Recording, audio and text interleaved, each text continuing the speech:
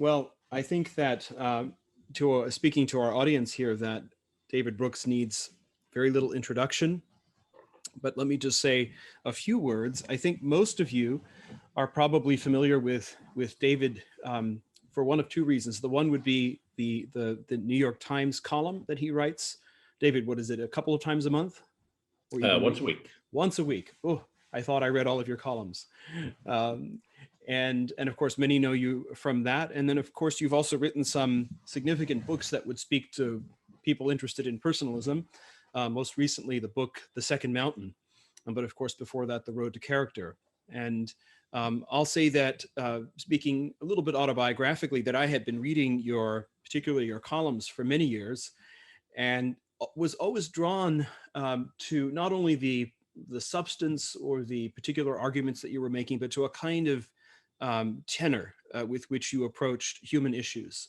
There always seemed to be an effort to sort of get to the concrete person or persons on the other side of the various categories through which we think about persons. And I think in a special way of your op-ed, Personalism, the philosophy we need today, which is in some ways become sort of a quasi-official text for the Hildebrand Project, because of course there you took some of the many reflections that I've been reading and admiring over the years and expressed somehow more explicitly some of your ideas about the uniqueness of the person, the self-gifting of persons, and so on.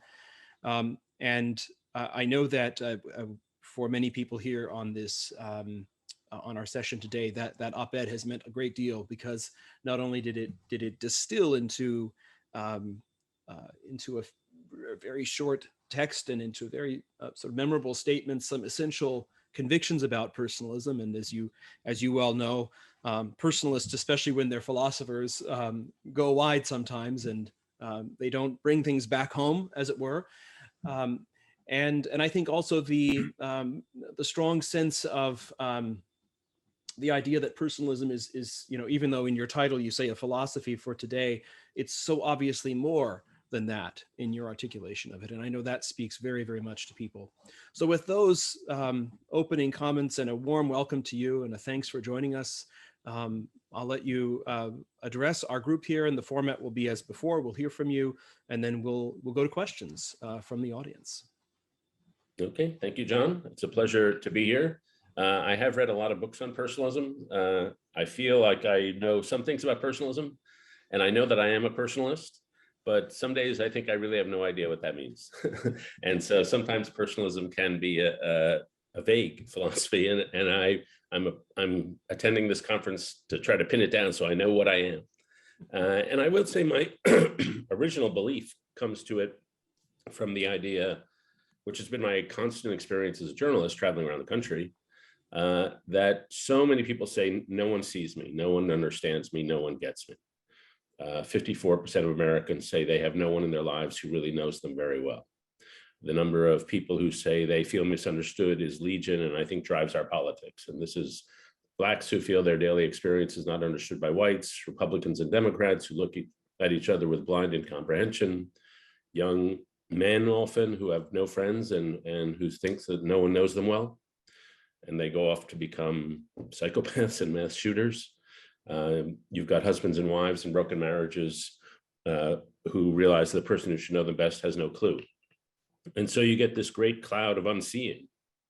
And I came across this quote while I was reading about personalism from J.P. Tube, though he wrote it in 1968, long before his papacy.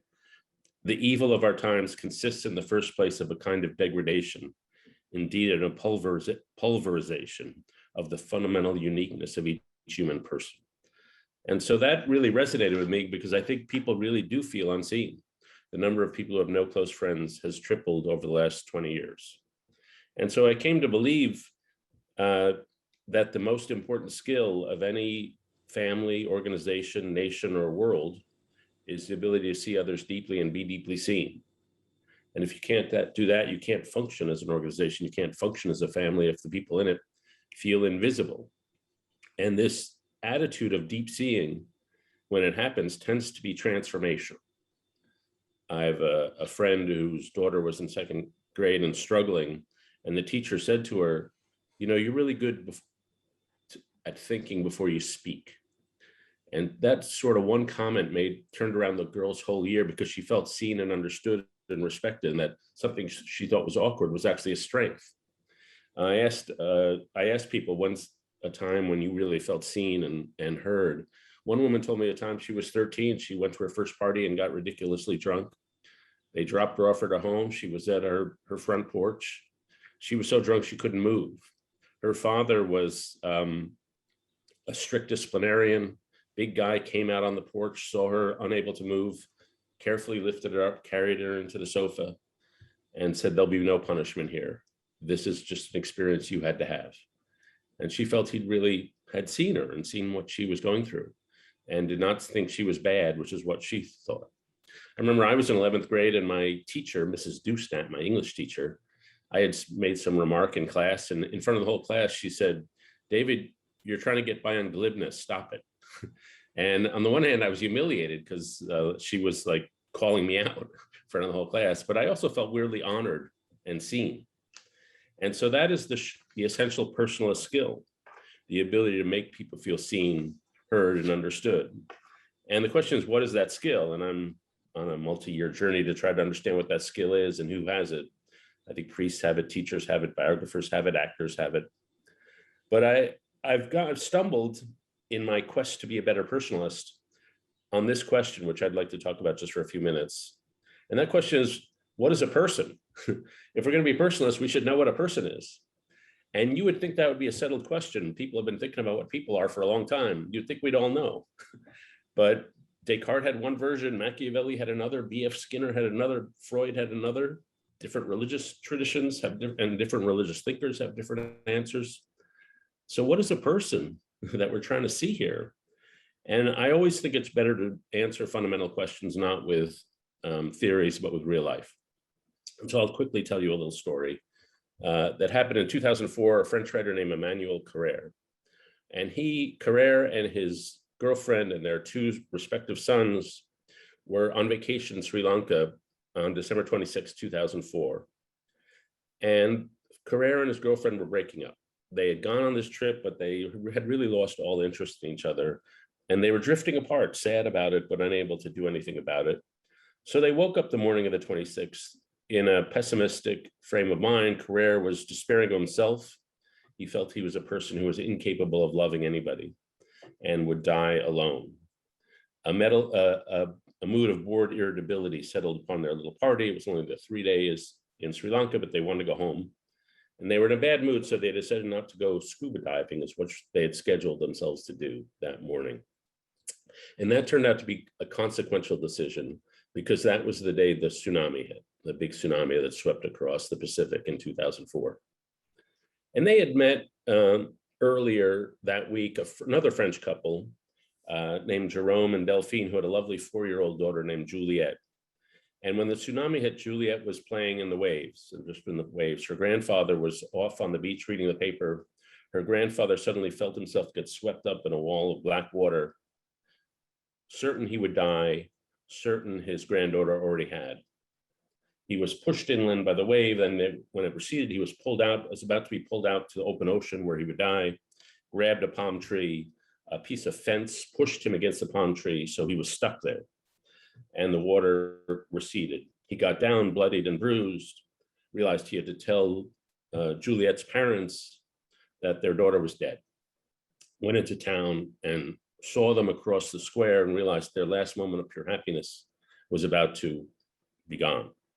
He told them, and as Carrère wrote in his memoir, Delphine screamed, Jerome didn't. Her father held his wife and had one objective in his mind. He thought to himself, I can no longer do anything for my daughter, so I will save my wife. And so that became the mission over the next few days. Carrère, his girlfriend, their boys, Delphine and Jerome and others formed a little community where they looked for the girl's body. They took care of other people whose lives had been destroyed by the tsunami. Helene, Carrère's girlfriend, leaps into action. She suddenly finds herself with a mission to serve those who need it. Carrère is having a very different experience. He feels himself inadequate to the tasks. He writes, it's as if I no longer exist. I'm just a hapless person, unable to do anything. Delphine is struggling to absorb the blow. Carrere watches her eat and her hand shakes as she tries to bring food into her mouth. And day after day, they eat together. They search the hospitals together. They're just trying to absorb the blow. And Jerome is on this mission to save his wife so her consciousness does not completely dissolve under the blow of losing their daughter. And Carrere is watching him over meals, and Jerome is trying to keep the meals light, trying to keep the action going, stories and jokes, just so Delphine will have something to latch onto. And Carrere's watching this husband take care of his wife. And he writes that, observing this, at the same time, out of the corner of his eye, he kept watch over Delphine. And I remember thinking, there it is, real love, a man who truly loves his wife. There is nothing more beautiful. But Delphine remains silent, absent, horribly calm. The days go by, they're in a small community, and Carrere is weirdly broken open. Before, he'd been sour, unable to love, unable to commit, a person self-enclosed. And yet the trauma of being around this suffering and this open-heartedness and this vulnerability, this reality, breaks him open. And he sees Jerome's love for his wife, and he becomes capable of love, Carrere does. And he looks over at Helene, and he writes, I tell myself that this long life together with her must happen. If I need to succeed at one thing before I die, it's this. And so from a man who was closed, he's been broken open by the tragedy of the tsunami, by what he's seen happen to Jerome and Delphine, and he really is capable of love now. He is a consciousness transformed. Now, I tell this story because at moments of crisis, sometimes real humanity is revealed. In a way, it's not in every day. In every day, we cover ourselves over with performances. We're not quite as vulnerable. And we're a little sheltered. And we don't see into the depths of ourselves, and we don't see into the depths of each other's. And sometimes, as JP2 said, it seems like all of society is a giant conspiracy to cover over the depths of people. Marketing research reduces people to data sets. Social media turns people into an image or a remark. Economics reduces people to their economic interest. In journalism, my profession, we have to work so fast and everything's so short, we really can't cover the emotional depths of the people we cover off the time. And our society doesn't make it easy to see another person. We've developed over the centuries, and one of the great glories of our society is the scientific method. It's great for studying nature, but it's a detached method. And if you want to really get to know someone, detachment is not what you need for intimacy. It's an objective method. You don't want your personal biases to infect your point of view in the scientific method. But in looking at another person, a person's subjectivity is the very thing you're trying to look at. And you can't see that if you look at through objective lens. This way of knowing, Parker Palmer has a phrase, the violence of our knowledge. This objective, detached, cold way of knowing does violence when we look at other people. It induces us not to see people who are heroic creators of their lives. It induces us to see them as those who have been created, who are these passive objects formed by genes, social forces, class conflict, whatever. So our civilization doesn't help us be personalists. It's often very anti-personalist. Our language doesn't help either.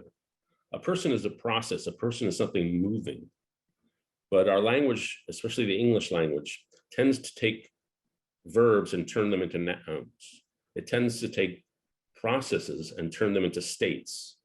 So we say night and day, and we think of them as two different things. But in Chinese, apparently, night is a process that turns into day, and day is a process that turns into night. So it gets the dynamism of life better. Even our brains don't make it easy to see persons. What's going on inside your brain is not only more complex than you understand, it's more complex than you could understand. And so what our brains do is they hide most of the things that make us who we are, the creative processes by which we put together the world, and they show us a simulation that's simple enough for us to get. And so often, as the Pope said, life seems like a conflict between the forces of impersonalism and the forces of personalism. And this objective, impersonal way of seeing reality leads to a bunch of fallacies. The first is the brain's fallacy, the idea that you are a physical object, your neurons your synapses, your hormones. If you only study the brain and think you're seeing a person, then it makes it hard to see the agency of a person, the desires of a person, the morality of a person, the imagination of a person, the creativity, the qualities of personhood that are exactly the things we want to see.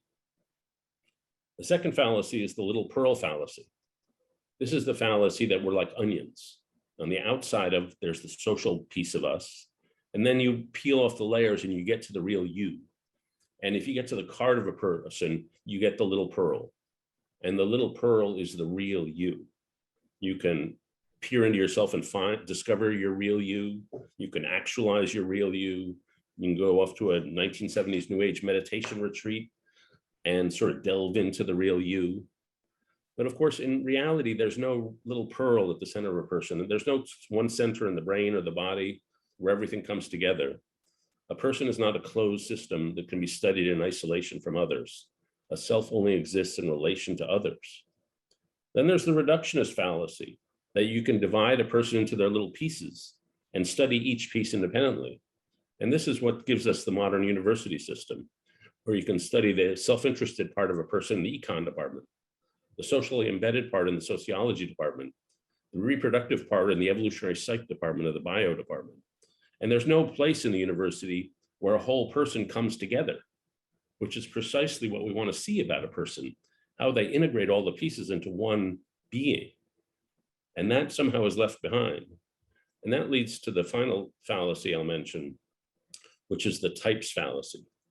If you begin to see a person as an object, then your instinct inevitably is to say, well, if it's an object, there must be different types of objects, like different types of apple.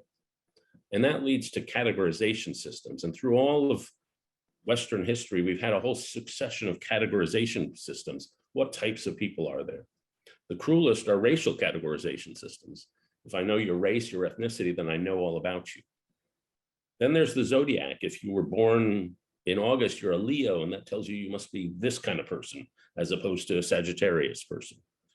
Through most of Western history, from ancient Greek times straight up to the 17th century, people across Europe, India, and the Arab world thought you could divide people into 4 different types: choleric, melancholic, phlegmatic, or sanguine. These were the 4 humors.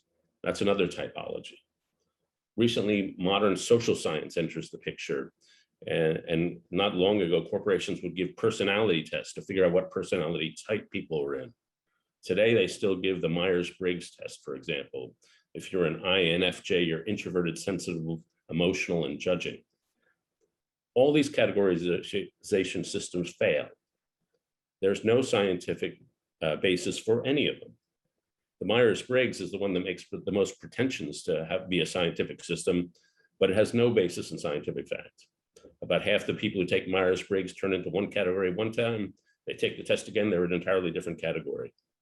Myers-Briggs creates totally artificial distinctions. It says some people are good at intuiting, at feeling, and some people are good at thinking. But in reality, people who are good at thinking are also good at feeling. So these are just bogus categories, and Myers-Briggs predicts nothing. How you'll do in your job, how you'll do with a spouse, who you turn out to be. And these systems all fail because they make this common error, which is they turn a person into an object. They turn a person into a thing. And I think our scientific method has a tendency to just turn people into objects. The humanists and the personalists, our job is to say, no, a person's not a thing. Our job is to stand up for the complexity of a person. I read a quote from the biographer of Pablo Picasso recently, who said, yeah, he was a bad guy who was sometimes nasty to people. He was also an angelic, compassionate person. Whatever you say about the man, the reverse is always true. You say he was stingy, yes, but he was also generous. You say he was bohemian, yes, but he was also bourgeois. Human beings are just too complicated, and the personalists have to stand up for that complexity. Personalists also stand up for the idea that a person is change. A person is never the same thing twice. A person is a flow.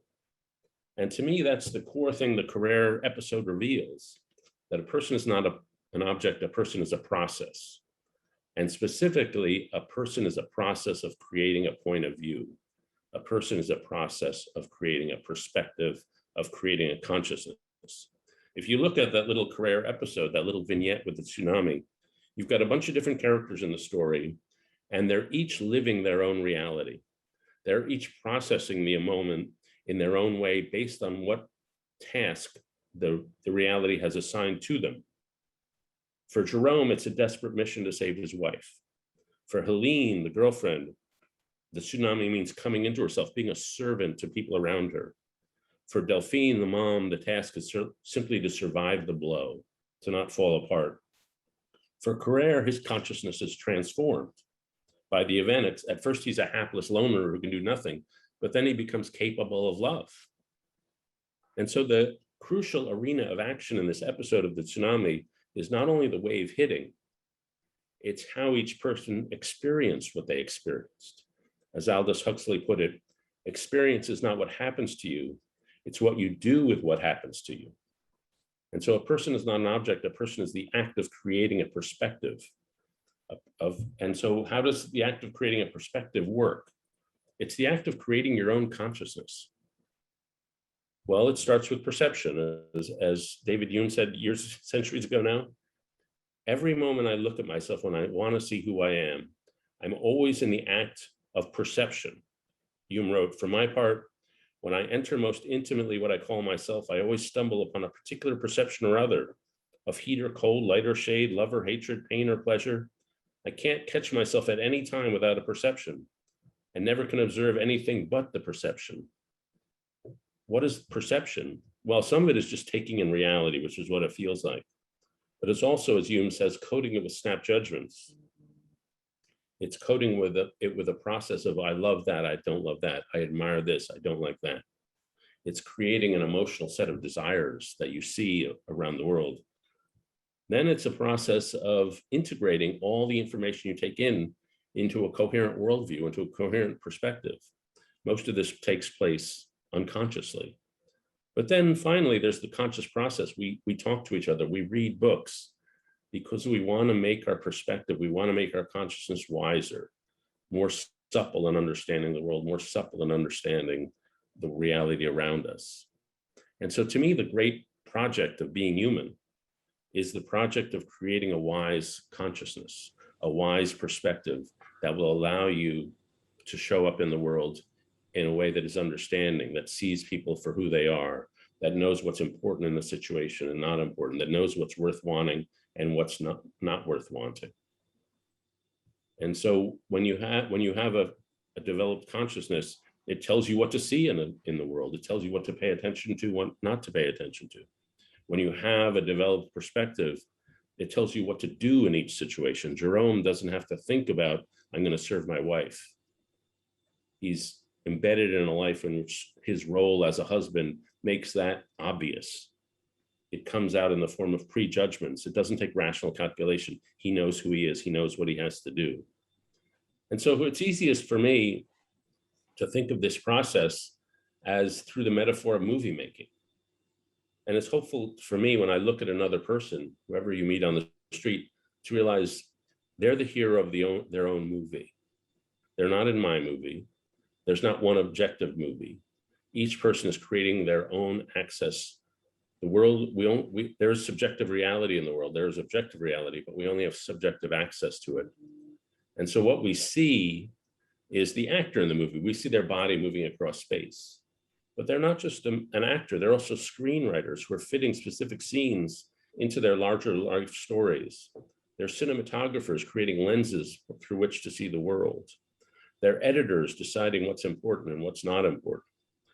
They're composers creating moods to color how they perceive. As George Bernard Shaw says, life isn't about finding yourself, life is about creating yourself. And so when I think about people, what's heroic about them is the creative act of creating a point of view. And that can be done through reading, it can be done through the harvesting the experiences of life, it can be done through prayer and discernment. And so when we're trying to see a person, we're trying to do the hardest of all hard tasks, which is to see another person seeing us. If you want to know another person, you have to know how they see you. You have to know how they are creating the movie and how they are interpreting the world. And that process, and I'll end on this, that process of seeing them see you gives them the dignity of being creative artists. It gives them the respect that we're all seeing slightly different. And it gives you the humility to come and walk alongside and accompany.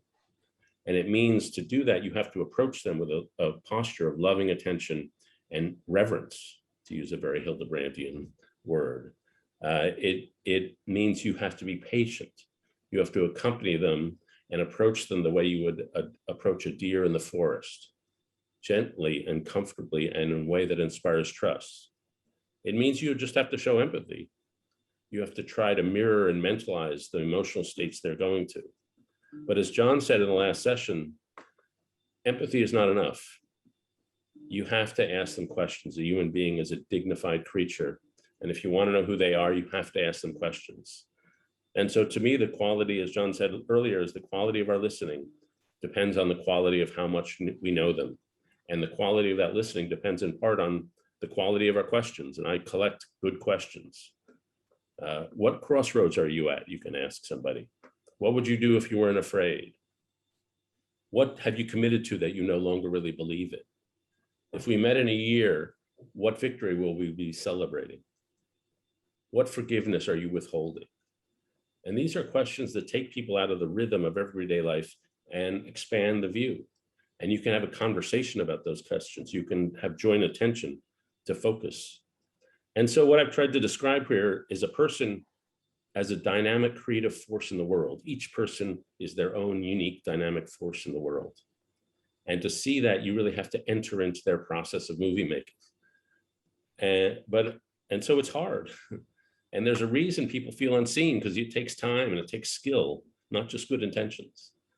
But I have come to believe that it's possible. And I've felt it in my own life when someone has seen me. I've even had moments, and I'll end here, when I felt I've seen others. John knows my wife, Anne, and she'll be appearing at the conference later. And once I was sitting at my dining room table, and Anne was by our front door, and the front door was open, so the light was streaming in behind her. And she had her eyes upon an orchid that we had on a table by the door. And I looked up from some boring book I was reading, and I looked up and saw her, and I thought, wow, I really know her. And it wasn't the biographical facts about her that I knew, or it wasn't even the adjectives I would use to describe her to a stranger.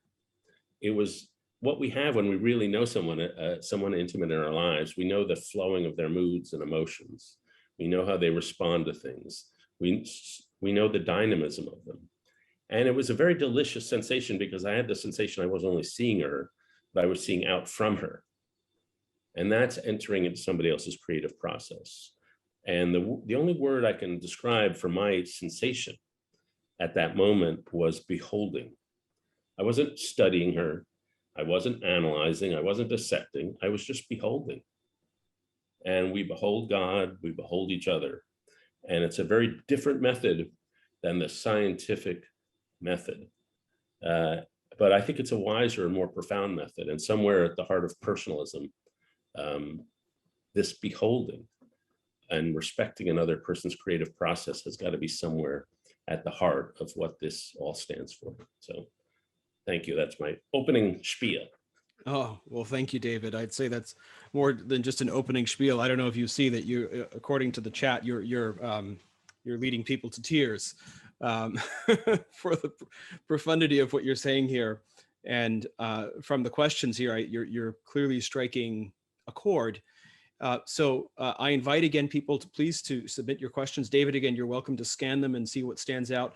Let me just start off with a question that I don't think you'll disagree with where I'm trying to go, but I wonder what you would think about the formulation. So there's this, you're emphasizing the person as a dynamic force in the world. There is an element of sort of ongoing, the life of the person is a process of continual self-creation. And in some respects, in many respects, there's obviously therefore the possibility for stasis and lack of development in the person. And that of course would express itself in spiritual and psychological problems. But then I wonder whether, and I don't know if you exactly said this, but it seemed as if you wanted to say it's not, that it's a strongly active process. Now, in what you've just described with Anne and beholding her, I think you'll go in this direction as well. But it seems to me that a theme in the Personalist is also the way in which we receive our being as persons, particularly through the loving look of the other.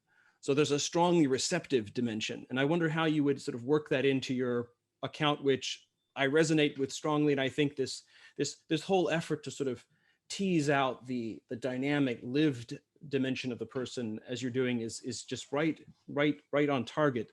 But it seems to me that there are these different directions. There's maybe more assertive, active sides of our life where courage and so on are required. But then it seems like there's also this strongly received, we all have this feeling at some point of receiving our being, receiving ourselves in ways that we could not have accessed ourselves except through that love and the eyes of the other. Yeah.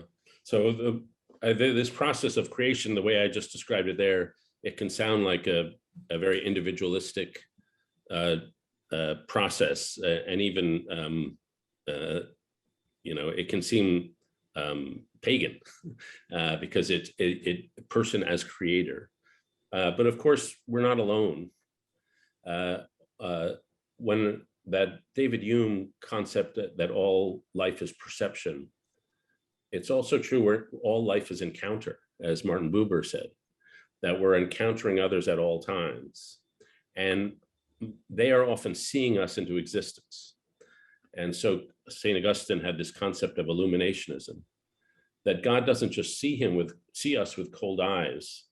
He illuminates us with his love, and the power of that seeing creates us. And it helps, we become a certain sort of people under the power of that loving sight. And I think that's true for each other. We become who we are in encounter with others. We become as they see us, so we become. As we encounter others and we see the strengths and differences, so we become. And so the process of creating a perspective is not only this solitary genius.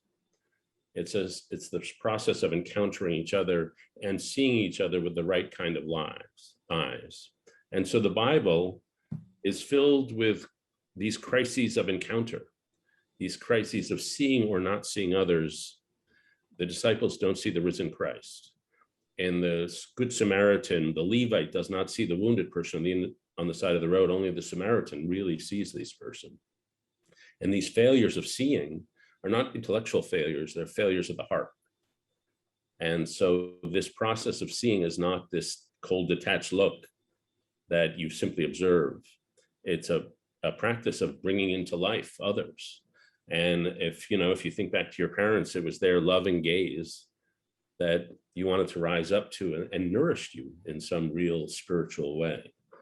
And so that even the thing that seems passive, looking at somebody, if somebody looks at you with glowing eyes, suddenly you rise.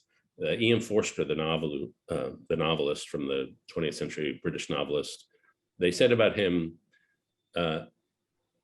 he possessed a sort of reverse charisma.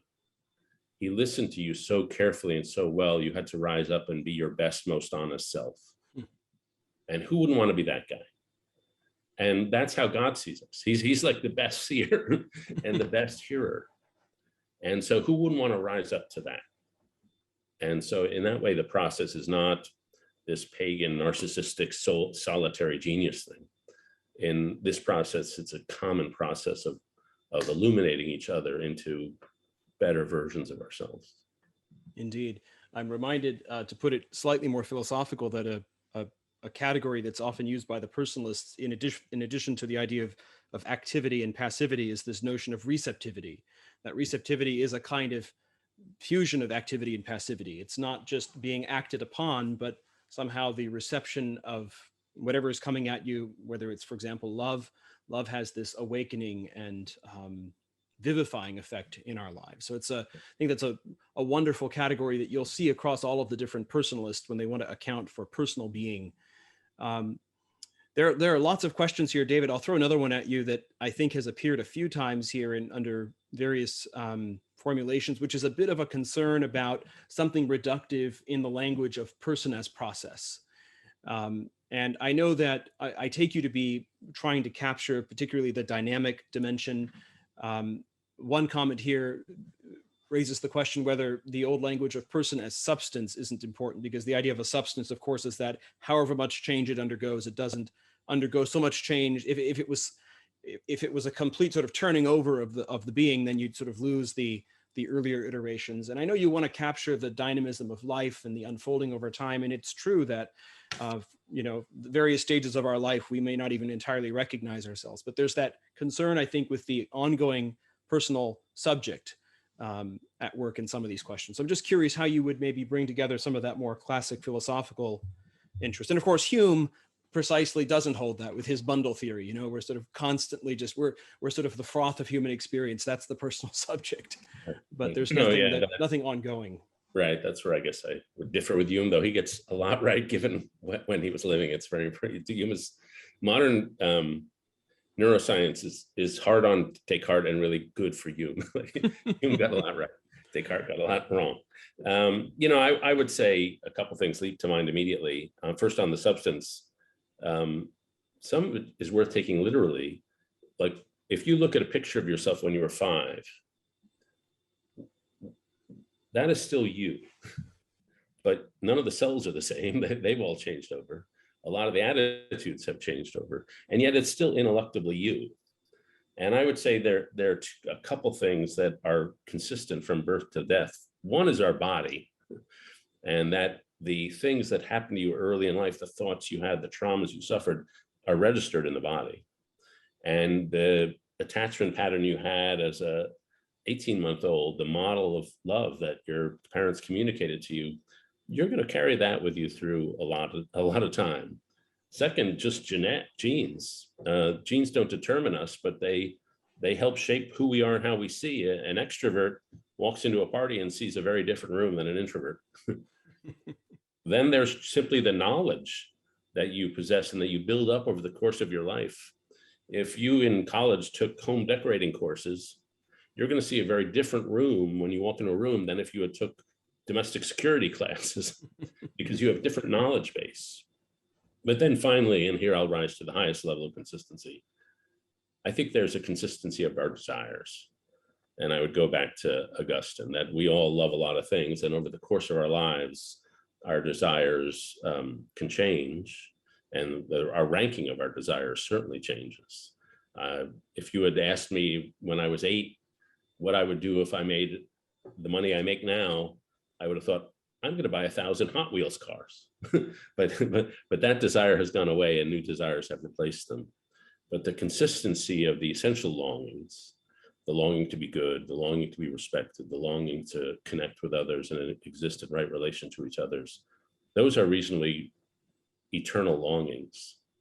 And while they can be formed by the subjectivity of a life, I think they're baked into us in a deeper way. And if you're a person of faith, they're breathed into us by God's creating us in his image. If you're a person of no faith, you can ascribe them to genes or what have you, but those long durations are certainly part of the process.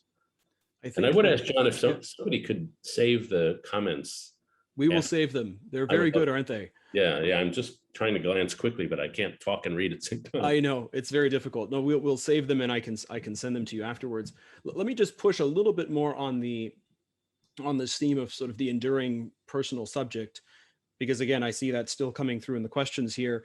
I wonder whether what people want to affirm is not only the idea that there's a kind of winnowing away to sort of the most essential desires that really characterize us. And after all, one could think of those in a kind of collective way, which is that, all humans in the end, live the deepest forms of personal life when they have these kinds of desires. So they have the desires for self-gift or for love. I think in the personalist context, there's a desire to honor the idea that there really is a unique personal subject. And one of the ways you get this, not so much out of experience, although inexperience as well, would be, say, the language of the spiritual soul in Catholic or Christian theology, where the idea is that the soul, it's the form of the body. It's what makes the body alive, makes the person one being with the body. but it's also somehow the kind of spiritual substrate of the person, so that the person in that sense is indestructible. So I'll give you one example that just happens to come to mind. And I know a materialist could probably give a different accounting for it, but it's always been to me a powerful story. And this is my grandmother, my father's mother, who had dementia in the last years of her life. And, you know, as I'm sure you've experienced dementia in friends or family, and, you know, it's a very shocking thing on the one hand to sort of see the person apparently evaporating. And, you know, the people who are trying to be kind in the nursing home or in the hospital will try to tell you things like, well, you know, your grandmother really isn't here anymore. She's not suffering. But what I always thought in my dealings with my grandmother was that just no matter her confusion, there were these moments when she, in her person, despite all of the handicap that she now experienced, would somehow break through. And the only words I could use, the only way I could describe the experience was that it would be a typical comment. It would be a clear, sane moment, you know, where she would reemerge. And I think what I learned from the moment is that the person really is ultimately indestructible. It's a kind of, maybe even a kind of foreshadowing, a natural intimation of immortality that you see in these moments where the person sort of resists being completely dismissed. So I just wonder whether it's just not exactly your project to capture that aspect of the person, or whether you think that there's something really important in trying to capture this idea. It's not like a thing, you know, sometimes we can over-reify our categories. Clearly, it's a personal being that we're talking about here. So you're not going to find it under a microscope. But there's something, there is I forget whether it's Thomas More, exactly the phrase that comes to mind is the captain of my soul. You know, is there a kind of, even in the most confused states we all go through, I mean, everyone understands what it's like to go through psychological or emotional brokenness, or maybe there are times of complete depravity, you know, where we lose ourselves in a very profound way. But in some sense, we're there for that whole experience, and that makes sense of moral responsibility and maybe virtue formation. So excuse me for the sort of long attempt to try to capture this, but I want to push a little bit more on this idea of a personal subject that is not quite so dynamic, maybe in the sense that you're accounting for it. Yeah. Well, first, as you were speaking, I was reminded of I ran into a guy at Boston College probably 5-10 years ago. I won't say his name, but he was a very beloved professor there, and he was a student of Augustine. And he very beautifully talked about, he said, Augustine is my best friend. I know that he likes the color red. I know that he loves the smell of bread baking in the oven. And I just know all these things about him. But then he told me a story, and he was a Jesuit who had, I think, been asked by hundreds of students to marry them, to officiate at their wedding. And he told the story of his own mother. And I was talking to him when he was in his 70s, and his mother had suffered dementia. And he went to visit her one day, and he said, "Do you know who I am?" And his mother said, "No, I don't know who you are, but I know I loved you very much." And it was there's a very poignant that something was alive in her that maybe she couldn't articulate, but something was alive.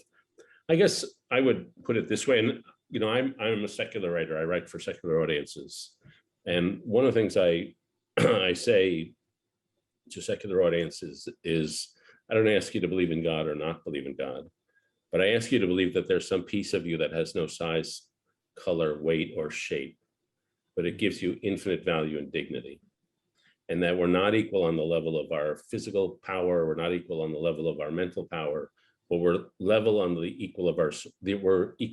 on the level of our souls.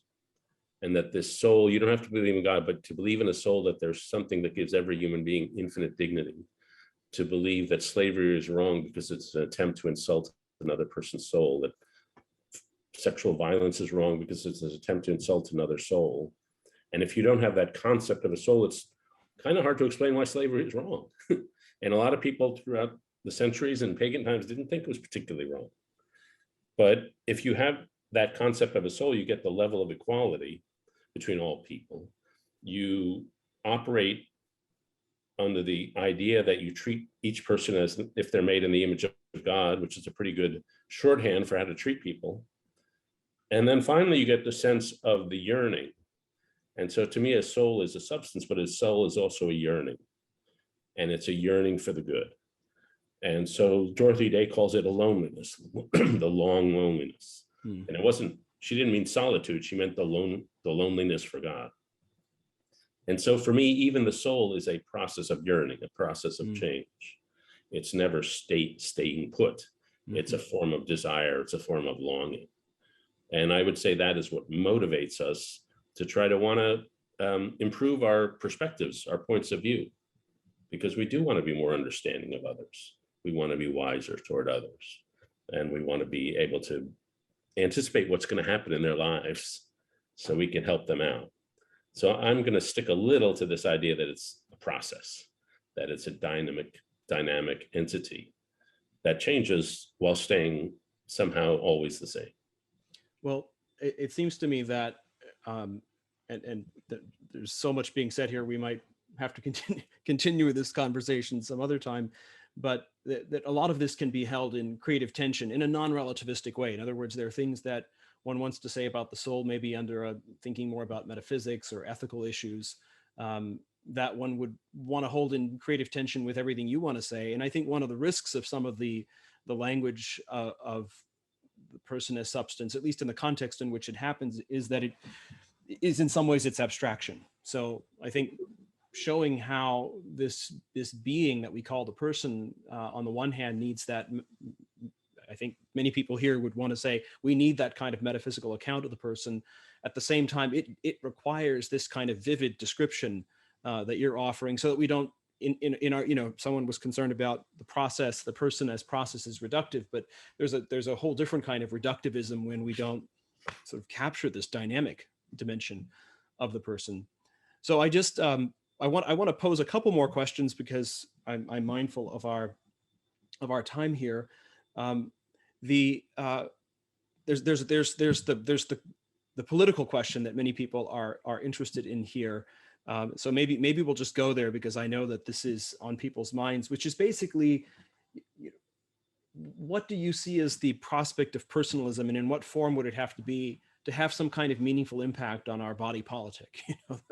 You've written as much as anyone on the broken state of our public culture, our public discourse, the polarization, the tribalism. All of these are great themes in your work. And yet you're drawn to personalism. And I wonder, as someone who worries a lot about these larger social and cultural issues, what you might see as being personalism, not just as a kind of intellectual remedy, but as a kind of cure in the real world, if I can put it that way. Yeah, I guess the first thing is just in how we treat each other. And this is pre-political, but just in the activities that we do as part of daily life. There's an organization called Roots of Empathy, which was founded by a woman named Mary Gordon, I think in Canada. And what they do is they teach empathy to 8th graders. And they take an 8th grade class and they bring a mom and an infant into that class. And the kids sit around the infant and watch it crawl around the room doing stuff. And so they have to put their mind into the mind of the infant. Why is the infant doing this? What are they reaching for? And it gives them the habit of trying to get inside the mind of another. And one day there was a kid in the class, in the 8th grade class, named Darren, who'd been held back a couple of years, was in foster care, and had seen his mom killed. And he asked the mom, and he was bigger than everybody else because he'd been held back and a little scary looking. He asked the mom, "Can I hold your baby?" And the mom was a little nervous, but gave Darren permission, and he held the baby. He was great with the baby. He stroked it, nestled it on his chest, and gave it back. And then asked a series of questions, which is, one of them was, do you think you could be a good father if you've never been loved? And so a lot of what we do in our personal life is try to show up for the Darrens of the world, and to extend the sense that they can be treated like infinitely dignified souls by somebody. And that's part of, I think, what our daily lives are like. Politically, I think it's to understand that human beings, and I'm more conservative than I'm a Burkean conservative, because I don't think the essence of politics is the material advance of the society. I think that's important. But I think the essence of politics is creating a society, as Dorothy Day said, in which it's easier to be good. And the creation of that society involves circumstances, where people have emotional security, so they can feel safe to do the adventure of their life. And it creates a politics in which it's easier for communities to come together and to save the Darrens in their midst. And so it's a vision of society that is not free market, and frankly, it's not statist. It's personalist. It's about how do you create webs of relationships at every level of society. And in my view, government can't do that, but government can set the stage and fund people who can do that. And I'm very mad at the socialists for stealing the word socialism, because what they advocate is not socialism, it's statism. And socialism should be the word that we assign to people who put human relationships at the center of politics and who put the creation of good relationships and the nurturing of good relationships at the center of a political vision. That should be socialism. But instead we have personalism. Yeah, yeah. I wonder what you think about, this is very, very helpful, because I think some people wonder whether personalism could somehow be incorporated into a meaningfully into some kind of sort of national political platform. And I get the sense that while that might be desirable, you think that's maybe not where the process begins. I guess I would say it's a communitarianism. And there's a right-wing version of communitarianism, which emphasizes some of the pre-liberal, pre-choice parts of society, which are family, faith, community. There's a more left-wing communitarianism, which emphasizes the role government can play. So I do think personalism you would not want to pigeonhole it as either left or right. Yeah. That it can be interpreted along our ideological axes in a lot of different ways. But the question to always ask is the dignity of the human person at our center? And Martin Luther King could ask that question more on the left, and JP2 or others could ask that question. I covered the end of the Soviet Union, and that was an evil empire. It did not put the dignity of the human person at the center of its vision. It obliterated those people and reduced them to classes. Today, a lot of people use racial categories, both on left and right, to obliterate the person by thinking if you just see a racial category, you've seen the person.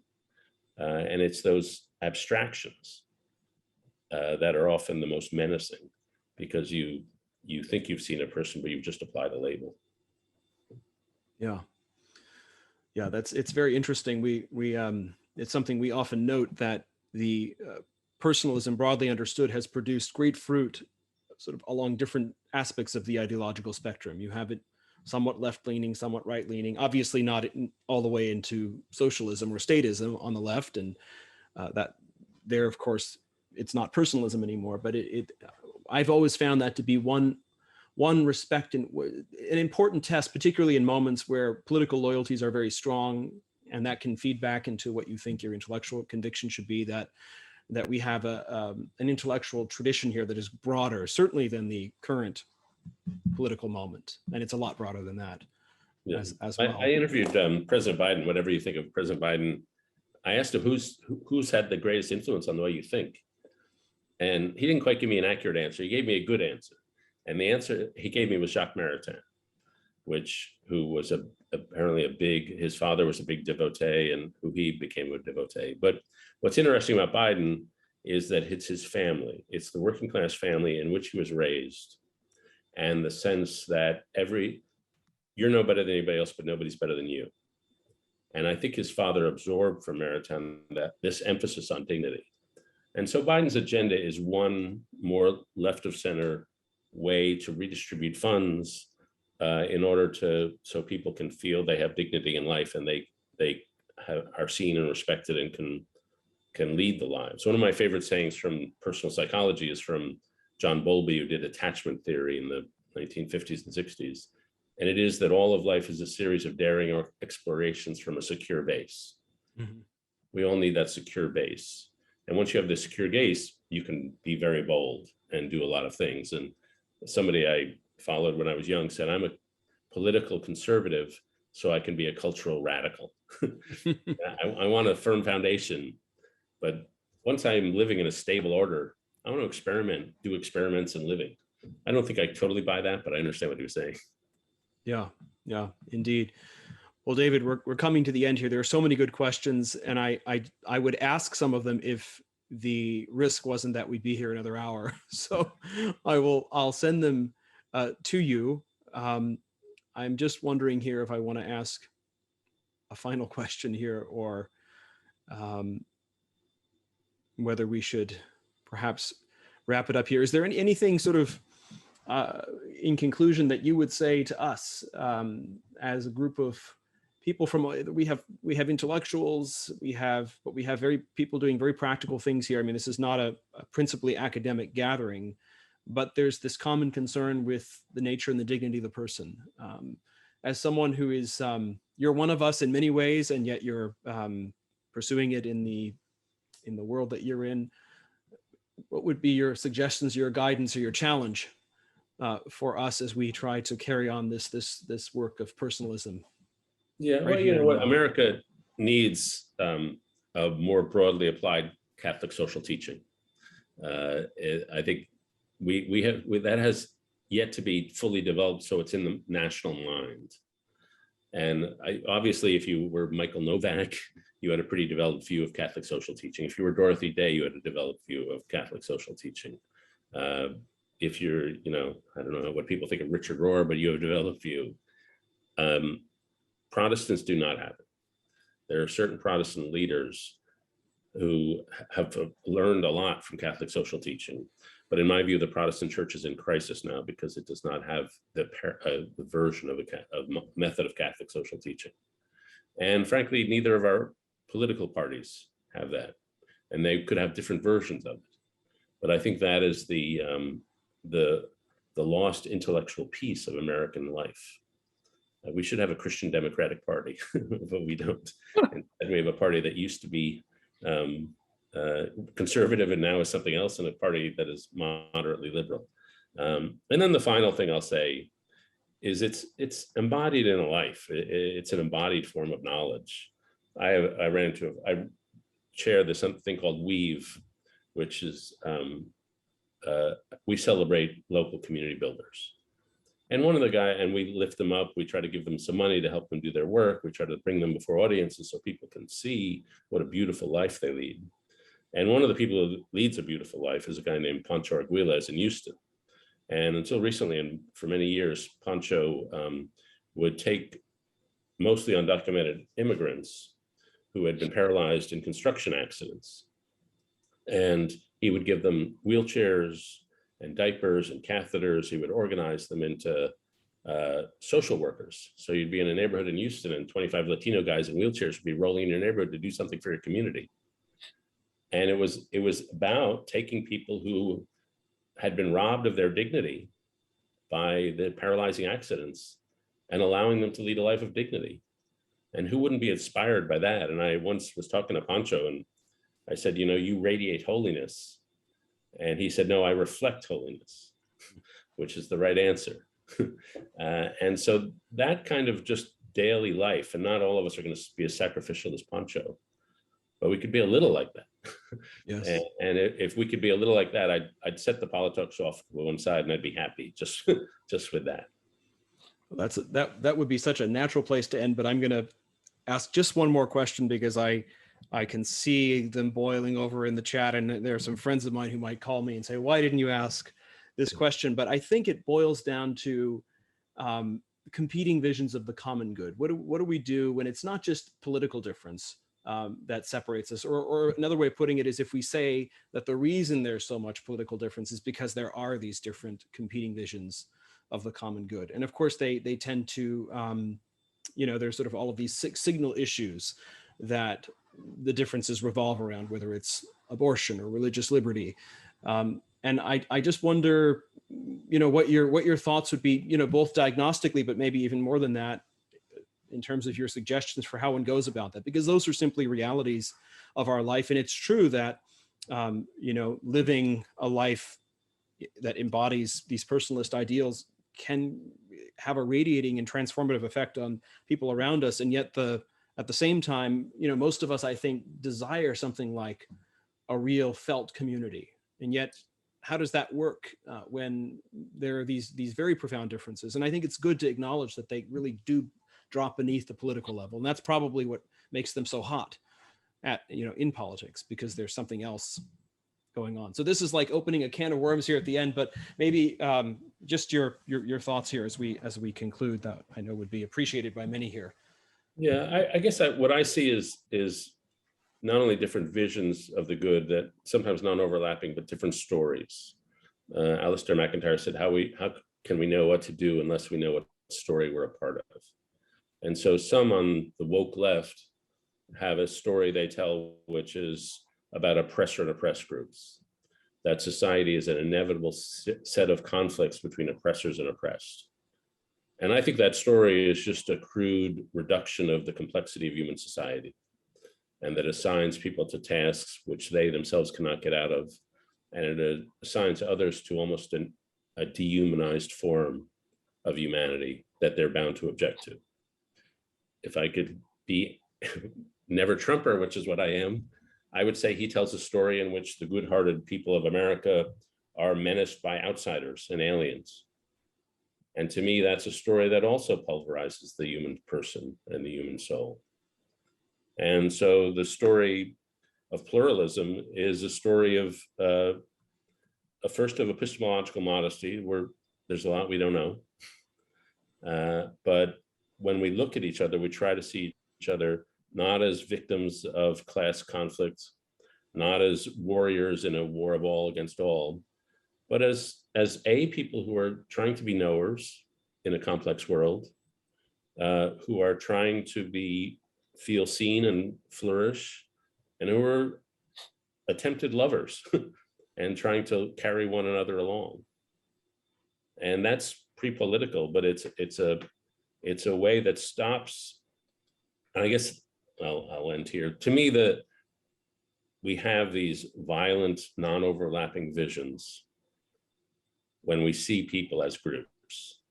And obviously people are groups, but people are also persons. And seeing the person is to see the infinite dignity of each person. And when you see that, one of the things you do is you defang a lot of these group versus group stories. And you take people out of the rigid conformity to group consciousness, and you introduce alongside group consciousness a sense of an individual soul, a sense of an individual destiny, a sense of an individual person.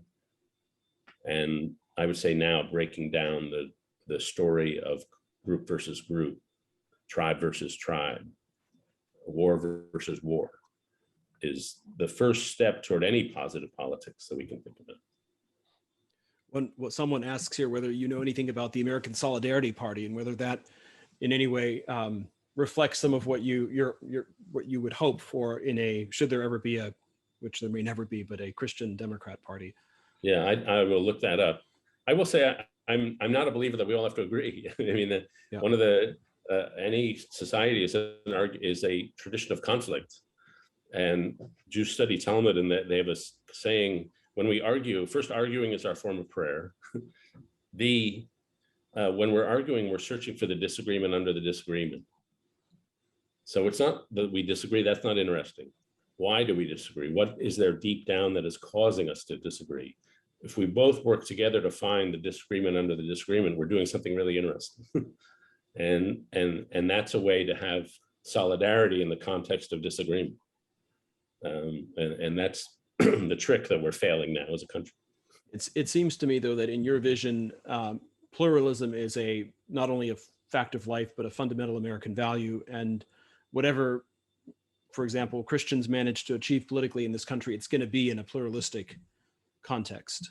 And I say that because, of course, there's a strong yearning, not just for earlier times because they were better under some standard, but often because there's the feeling that at least not so much the certainties around marriage and family life and so on were fully in place, but that there was still a society that supported those kinds of stable structures, to put it in a more sort of less moralistic set of terms. I wonder what you think about that. I mean, Christians are going to continue to want to promote a marriage culture that may or may not be possible in all the ways they would like in the sort of modern American context. What do you tell people? You know, I spent yearn for that. Speaking of yearning, 50 years of my life in a Jewish world. before coming to faith in a Christian world. And that's proved useful in a lot of different ways. And one of them is the awareness of being a creative minority. And my first reaction was like, I know I have a lot of Christian friends who think we're not as Christian a nation as we were. And my background was like, hey, we were 2% and we were fine. You guys are 48%. What are you worrying about? But you also have the example in Jeremiah of going off and being a creative minority in another country and not hiving oneself off, but serving the country and being salt and light in the country. And that concept of a creative minority, I think, is a very fruitful concept for Christians today, because it's becoming a more secular world. But that doesn't mean you don't have a vital role. And the thing I observe is that many Christian communities feel beleaguered. They feel their views on life, their views on marriage are being pushed to the margins. And that is somewhat true.